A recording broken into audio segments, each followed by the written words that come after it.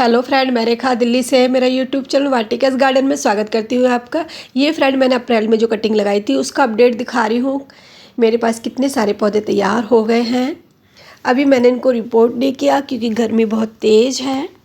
मैंने इसको छाया वाली जगह में ही रखे हुए हैं इकट्ठा करके। ये मैंने आपको दिखाने की वजह से अलग अलग दूरी बना के रखा हुआ है, नहीं तो मैंने बिल्कुल पास पास रखे हुए थे। एक टेबल बनाई है मैंने सीमेंट से, तो उसी के ऊपर मैंने ये सभी पौधे रखे हुए थे।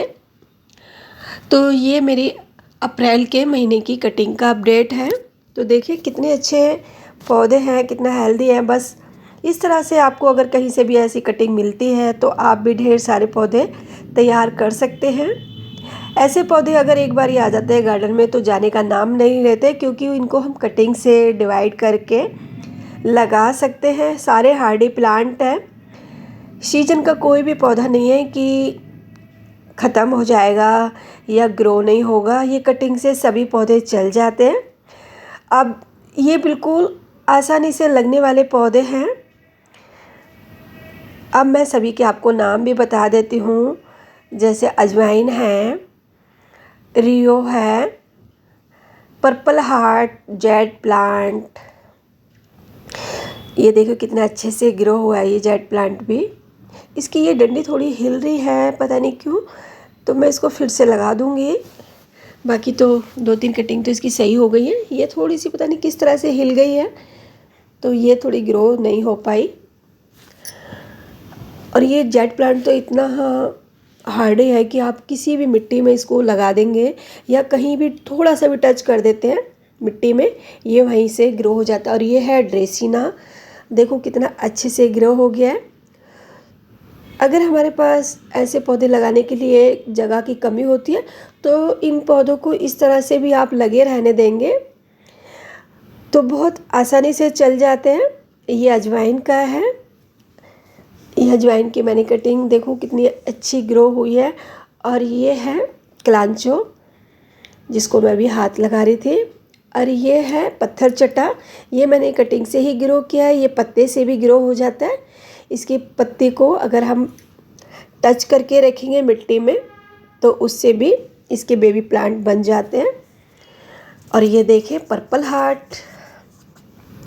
तो इस तरह से आपको कोई भी कटिंग मिलती है तो ज़रूर अपने गार्डन में उसको लगाएं और उसी से आप ढेर सारे पौधे तैयार कर सकते हैं। तो मैं तो फ्रेंड इसी तरह से ही करती हूँ। और ये है स्वीट पोटैटो वाइन, और ये है इसमें फाइकस और मैक्सिकन पिटूनिया। तो फ्रेंड मैं तो इसी तरह से मैंने सभी पौधों को ग्रो किया है कटिंग से। ये कटिंग से क्या है, मैंने डिवाइड इनमें से किसी को नहीं किया है, पर डिवाइड हो जाते हैं। जैसे कि ये रियो का है, मैक्सिकन पिटूनिया है। पर्पल हार्ट को भी आप डिवाइड करके लगा सकते हैं, क्योंकि वो जड़ों से भी बेबी प्लांटों को छोड़ता रहता है, यानी कि फैलता रहता है गमले में। तो उसमें से भी आप अलग अलग करके, ये मैंने इस टेबल पे रखे हुए थे, ये आपको दिखाने की वजह से मैंने थोड़ा दूरी बना के रखा है। तो देखिए इस तरह से मैंने इन पौधों को, अभी मेरे पास और भी है जो मैंने अभी मई में की है, उसका भी आपको मैं अपडेट दे दूँगी। तो मैंने इसी तरह से इन पौधों को अपने गार्डन में ऐड किया है। इनको हम कम स्पेस की जगह पे इसी तरह से इसको लगा छोड़ दें। और इसको जब हम इसका ध्यान रखेंगे तो इसमें वर्मी कंपोस्ट होता है, उसका लिक्विड फर्टिलाइज़र डाल दें। तो इसमें भी सालों साल आपके पौधे चल सकते हैं, पर छोटे रहेंगे, क्योंकि हम छोटे पौधों को में ग्रो कर रहे हैं, यानी कि छोटे छोटे ग्लासों में, डिस्पोजल में, तो चल जाता है। अगर हम इसको बड़े किसी ग्लास में से निकाल के किसी गमले में लगाते हैं तो ये बहुत सारा फैल जाएगा।